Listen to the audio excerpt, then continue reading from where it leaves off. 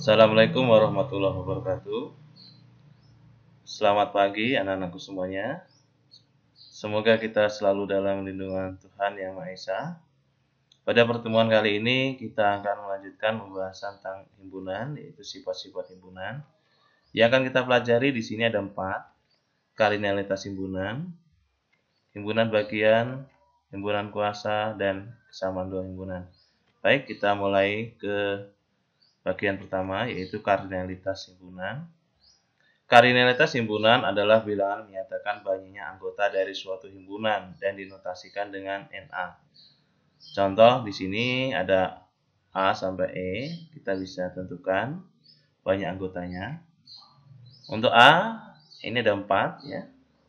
Kita bisa cek di sini 1, 2, 3, 4. Maka banyaknya ada 4. Untuk yang B, K adalah himpunan huruf vokal dalam abjad. Maka huruf vokal di sini A, I, U, E, O. Ada 1, 2, 3, 4, 5. TNK 5.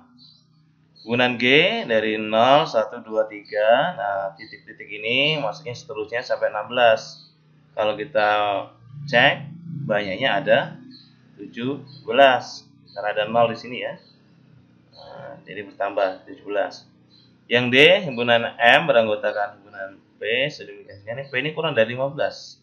Caranya P kurang dari 15. P bilangan prima. Kita tentukan untuk M ini bilangan prima, berarti 2, 3, 5, 7, 11, 13. Nah, ingat bilangan prima adalah bilangan yang memiliki hanya 2 faktor.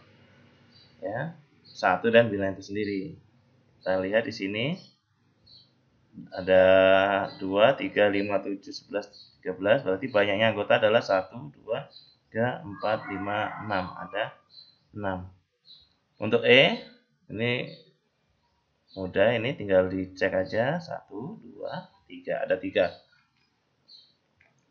Himpunan tak berhingga. Misalnya kita punya himpunan L, 1, 2, 3. Ini dan seterusnya. Manakah yang benar pernyataan berikut? 5 elemen L, 7 elemen L, dan 1000 elemen L. Dan ini semuanya benar. Nomor 2. Diketahui A bilangan genap. Tulislah himpunan tersebut dalam bentuk mendaftarkan. Ada berapa semua anggotanya? Bilangan genap itu mulai dari angka 2, kemudian 4, 6, dan seterusnya. Maka banyaknya kita tidak tahu ya, karena dia terus di sini. Maka disebutnya tidak terhingga. Maka dapat disimpulkan, himpunan yang banyak anggotanya tidak terhingga disebut himpunan tak berhingga. Yang ketiga, manakah himpunan di bawah ini yang merupakan himpunan tak berhingga? Ada himpunan C, D, E, F. Kita cek. Himpunan C di sini dia tak terbatas ya, ada tanda ini, maka dia tak berhingga. Himpunan D, himpunan ya pecahan antara 1 dan 2 ini banyak sekali dan tak terhingga juga. Untuk E, 1, 2, 3 sampai dengan 1000, berarti kan ada batasnya, ini sampai 1000, berarti dia terbatas, tak berhingga. Kalau D, ya, titik 3 ini artinya negatif 4, negatif 5, negatif 6, dan seterusnya. Di sini 3, 4, 5, 6, dan seterusnya. Maka D adalah himpunan F ini, dia termasuk tak berhingga. Beberapa himpunan bilangan yang tak berhingga, misalkan di sini ada bilangan asli, namanya disebut A ya. Makanya disebut asli 1, 2, 3, dan seterusnya. Bilangan bulat, ini sudah kita bahas di awal. Bilangan cacah, ya, biasanya lambangnya C. Mulai dari 0, ya. Bedanya asli dengan cacah adalah asli dari 1, cacah dari 0. Bilangan ganjil kita sebutnya L, 1, 3, 5, 7, dan seterusnya. Yang kelima, bilangan genap, namanya adalah G atau N, misalnya 2, 4, 6, dan 8 seterusnya. Bilangan prima namanya himpunan P, bilangan rasional kita kasih Q. Menuliskan anggota dalam bentuk himpunan, kita lanjut. Coba amati. Apakah yang dimaksud oleh Rani hari ini? Apakah yang dimakan, maksudnya maaf, yang dimakan oleh Rani hari ini? Ya, kita bisa lihat di situ. Kita bisa sebutkan. Dapatkah kalian menuliskan makanan di samping dalam bentuk himpunan? Kalau kita tuliskan dalam himpunan, maka menjadi apel ya di sini ya. Ada apel, burger, telur, teh, permen, mie. Ini yang dimakan oleh kawanmu. Artinya kita bisa membentuk anggota himpunannya. Himpunan bagian. Coba amati, kita masuk ke himpunan bagian. Misalnya kita ada siswa A dan siswa B. Siswa A ini punya kertas warna, ya ada 3. Kemudian yang B, siswa B punya 4 warna. Setelah kalian amati, apakah ada warna A yang masuk pada warna B? Kita lihat di sini. Ada ya, kuning, ada hitam juga, ada nih, hitam nih. Artinya kertas yang dimiliki siswa A ini semuanya ada juga di dalam milik siswa B. Amati kembali Andi misalkan dan Bunga. Apa saja kartun yang sering dilihat oleh Andi ya? Di sini ada Doraemon, ada Hamtaro, ada Detektif Conan. Untuk Bunga ada yang dia tonton, bukan ditonton ya, kita lihat kartun ya, Detektif Conan, Shinchan, Masha and the Beast, kemudian Doraemon, Hamtaro, dan SpongeBob.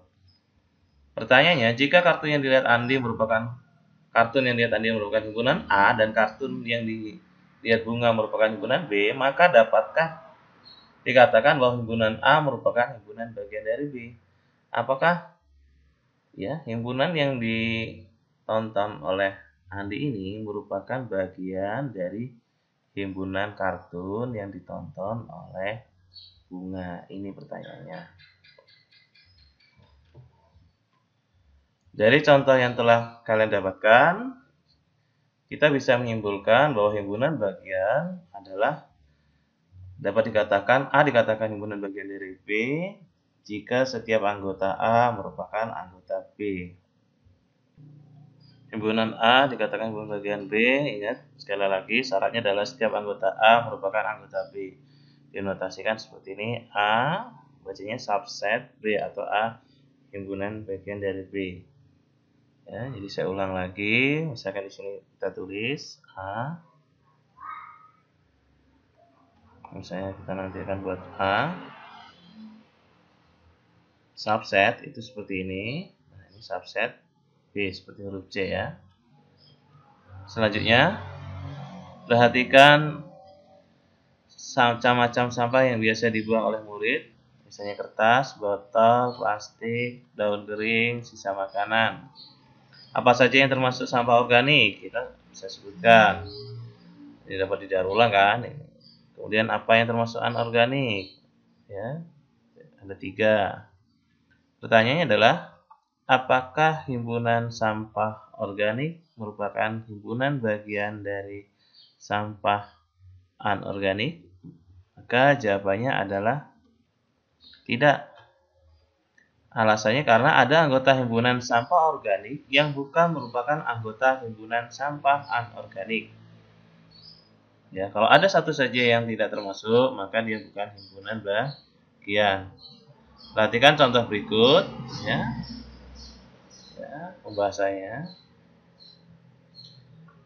Misalkan kita ada himpunan semesta 0 sampai 10, A-nya adalah 0 sampai 7, B 1 sampai 4, C 6, 7, 8, 9. Pertanyaannya, apakah himpunan B merupakan himpunan bagian dari himpunan A? Di sini, ya, karena setiap anggota himpunan B juga merupakan anggota himpunan A, ya, maka himpunan B merupakan himpunan bagian dari himpunan A. Jadi B itu subset A. Kalian amati di sini ya. Yang B ini, ya, ini adalah bagian dari A. Seperti itu. Kemudian yang B. Apakah himpunan C merupakan himpunan bagian dari himpunan A? Ya, C ini apakah bagian dari A? Kita lihat di sini. Masukkan 6 ada di A, 7 ada di A, tapi 8 dan 9 tidak ada di A. Maka kita bisa tuliskan, ya, itu adalah C kan subset dari A. Seperti itu. Himpunan kuasa. Perhatikan gambar berikut.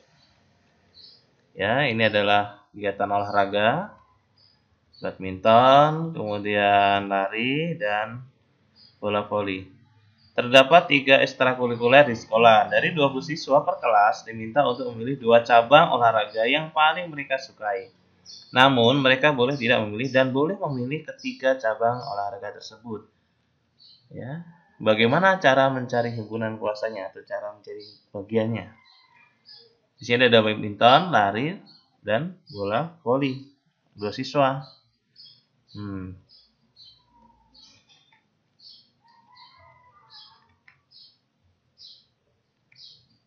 Langkah pertama, menulis semua kemungkinan siswa memilih. Di sini ada 4 cara. Yang pertama adalah siswa tidak memilih satupun dari 3 cabang olahraga tersebut. Cara kedua, siswa hanya memilih yang paling mereka sukai. Yang ketiga, siswa memilih 2 cabang olahraga. Dan yang keempat adalah siswa memilih ketiga cabang olahraga tersebut. Langkah kedua, mengubah kemungkinan pada langkah pertama menjadi bentuk himpunan. Ya, cara pertama tadi, ya ada 3 cabang olahraga tadi, kita bisa dia memilih cara satu, yaitu tidak memilih sama sekali, tidak mau ikut, berarti kan kosong dia. Ya, berapa banyak anggota himpunan A yang kosong? Berarti yang anggotanya kosong adalah 1 anggotanya. Cara kedua, sebut himpunan B. Dia memilih salah satu opsi ekstrakurikuler, badminton, voli, atau lari. Maka di sini banyak himpunan bagian B yang anggotanya 1 ya. Kalau ini tadi 0 ya. Anggotanya 0 kan, cuma kalau ini tidak memilih, kalau yang ini 1. Berarti ada 1. Ya, ada 1, 2, 3. Cara ketiga, sebut himpunan C. Dia memilih 2 opsi, yaitu 2 ekstra. Pertama bisa badminton dengan lari, badminton dengan voli, lari dengan voli. Maka di sini banyak himpunan C, anggotanya 2 adalah 1, 2, 3. Berarti ada 3. Cara keempat, ya, sebut himpunan D. Mereka memilih ketiga-tiganya nih, badminton, lari, sama voli. Ya, berapa banyak himpunan D yang anggotanya 3? Berarti ini ada 1. Kalau kita jumlahkan semua, 1 tambah 3 tambah 3 tambah 1 berarti 8. Jadi ada 8 kemungkinan atau ya. Langkah ketiga, mendata himpunan tersebut secara keseluruhan. Kita kumpulkan. Ternyata banyak himpunan yang anggotanya 1, 2, dan 3. Itu kalau dijumlahkan ada 8. Apa saja? Kita bisa data nih. Ya, yang pertama tidak memilih, yang ini adalah memilih salah satu saja, badminton, kemudian lari, voli, ya, kemudian badminton dengan lari 2, badminton atau dengan voli, lari dengan voli, atau badminton, voli, dan lari, ikut ketiganya. Ya, kalau kita jumlahkan semuanya ada 1, 2, 3, 4, 5, 6, 7, 8. Jadi banyak anggotanya ada 8. Himpunan kuasa, ya, ini disebut himpunan kuasa. Dari ketiga cabang olahraga yang disediakan suatu sekolah itu ada 8. Siapa yang dapat menimbulkan apa yang dimaksud dengan himpunan kuasa?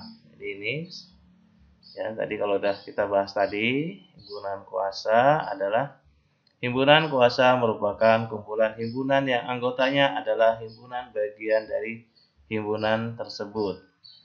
Ya, himpunan bagian. Jika A suatu himpunan, maka himpunan kuasa dari A disimbolkan dengan PA, ya, P A. Punya anggota sebanyak 2 pangkat K. Dengan K adalah banyak anggota dari himpunan A. Contoh, tentukan banyaknya himpunan bagian yang mungkin dari himpunan berikut. Nomor 1, A. Ya, coba dilihat di sini, anggotanya ada 3 ya, berarti NA ada 3. Maka banyak himpunan bagian mungkin dari A ya tinggal 2 pangkat 3. 2 kali 2 4. 4 kali 2 adalah 8. 2 yang B ini ada 5 nih. 1, 2, 3, 4, 5. Berarti 2 pangkat 5. Ada 32. Yang C 2, 3, 4, 5, 6, 7, 8. Berarti ada 8. Bukan 8, maaf. Ini 1, 2, 3, 4, 5, 6, 7. Ada 7 anggota, ya berarti 2 pangkat 7. Kalikan 2 kali 2, kali 2, kali 2, kali 2, kali 2, kali 2. Sebanyak 7 kali, diperoleh 128. Ingat, rumusnya adalah tadi 2 pangkat K. Ya. Ini untuk menentukan himpunan kuasa. Kesamaan 2 himpunan. Bagaimana mengatakan 2 himpunan disebut sama dan apa syaratnya 2 himpunan disebut sama? Ya, kita akan lanjut ke kesamaan 2 himpunan. Agar dapat menjawab pertanyaan di atas, mari kita amati contoh berikut. Misal, ada siswa bernama Aminah dan Bilqis. Aminah kita sebut A, Bilqis ini himpunannya B. Aminah ini menyukai fisika dan matematika, sedangkan Bilqis menyukai matematika dan fisika. Jika himpunan mata pelajaran yang disukai Aminah adalah A dan Bilqis adalah B, maka bagaimana menyatakan bahwa himpunan A sama dengan himpunan B? Ya. Tadi, apakah sama apa tidak kan gitu? Nah, kita lihat syaratnya. Memeriksa kardinalitas 2 himpunan. Memeriksa apakah anggota himpunan A sama dengan anggota himpunan B. Ya. Diketahui himpunan A itu fisika dan matematika, himpunan B matematika dan fisika. Kita periksa pertama, anggotanya dulu. Apakah anggota A dan anggota B ini sama? Kita lihat NA di sini ada 1, 2. Sedangkan B matematika dan fisika berarti ada 2 juga. Sehingga diperoleh NA itu sama dengan NB. Maka kardinalitas kedua himpunan sama. Yang kedua, memeriksa apakah anggota himpunan A sama dengan anggota himpunan B. Ambil anggota pertama dari himpunan A, yaitu fisika. Apakah fisika terdapat pada himpunan B? Ya. Maka sisa anggota A sama dengan matematika, dan berarti sisa anggota B juga matematika kan? Sama berarti. Jadi sisa anggota himpunan A itu sama dengan anggota himpunan B. Ambil anggota kedua dari himpunan A, yaitu matematika dari B. Ya, juga terdapat sama ini. Sisanya kalau kita cek ternyata sama, masih sama ya. Jadi hanya dibolak-balik ternyata. Matematika, fisika, kemudian fisika, matematika. Sehingga diperoleh kesimpulan bahwa sisa anggota himpunan A dengan anggota himpunan B itu sama. Fisika dan matematika terdapat pada himpunan A dan himpunan B. Maka himpunan A itu sama dengan himpunan B, sehingga disimpulkan dua himpunan itu adalah sama. Contoh lain misalkan kita punya P nih. Bapak tulis di sini ya, P. Ini anggotanya adalah 35. Sedangkan Q 53. Kalau kita amati di sini, banyak anggotanya sama udah ya.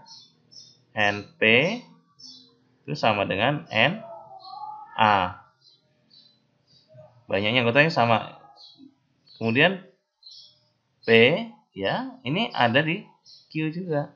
Oh, sorry, bukan A ini ya, ini Q maksudnya. P ini adalah bagian dari Q karena anggota P ada di Q.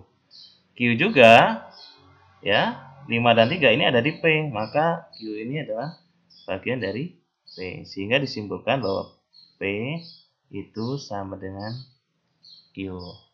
Ya, Bapak ulang lagi bahwa yang namanya himpunan kesamaan dua himpunan itu syaratnya adalah anggotanya sama dan merupakan bagian dari himpunan itu. Selanjutnya, ya kita langsung ke dua himpunan A dan B dikatakan sama jika dan hanya jika A subset B dan B subset A. Ya ini definisinya ya, ingat tadi bahwa A ini subset dari B dan B subset dari A. Notasinya A sama dengan B.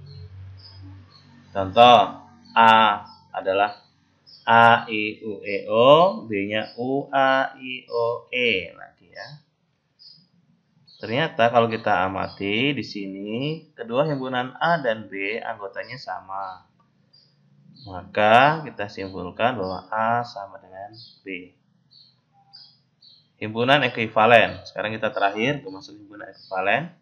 Definisinya adalah dua himpunan dikatakan ekuivalen apabila jumlah anggota kedua himpunan itu sama tetapi anggotanya ada yang tidak sama. Contoh, P anggotanya A, I, O, E, O dan Q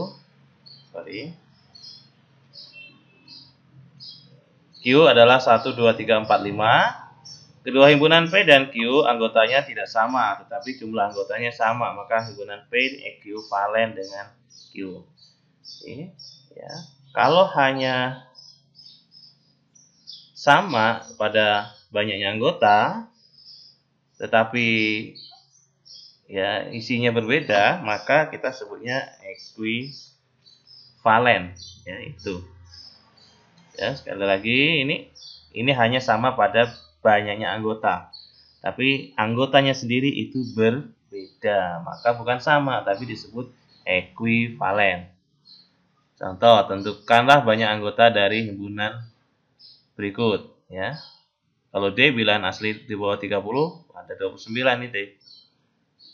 Dia dari 1, 2, 3 dan terusnya sampai 29. Yang B bilangan bulat dari negatif 3 sampai 2. Itu ada 6. Ya, kita tuliskan di sini misalkan bilangan bulat dari negatif 3. Nah, 3, negatif 2, negatif 1, 0, 1, 2. 1, 2, 3, 4, 5, 6. Yang ini L dari 0, 1, 2 sampai 28. Ini jelas ada 29, sudah paham. Yang D ya, himpunan B ini beranggotakan X kurang dari atau sama dengan 50 X bilangan cacah. Maka anggotanya ada 51. Dari 4 himpunan ini kita bisa temukan bahwa himpunan yang ekuivalen itu yaitu himpunan yang D dan himpunan L ya, karena banyaknya anggota sama. Ya, banyaknya sama yaitu 29. Itu untuk materi hari ini. Ya, bisa dilihat di buku cetak untuk lebih pahamnya lagi di buku paket itu bisa dilihat, dipelajari. Kemudian jika ada masalah bisa ditanyakan lewat komentar dan via Google Classroom. Demikian dari Bapak. Semoga materi ini dapat dipahami. Pak Akhiri, Assalamualaikum warahmatullahi wabarakatuh. Selamat pagi.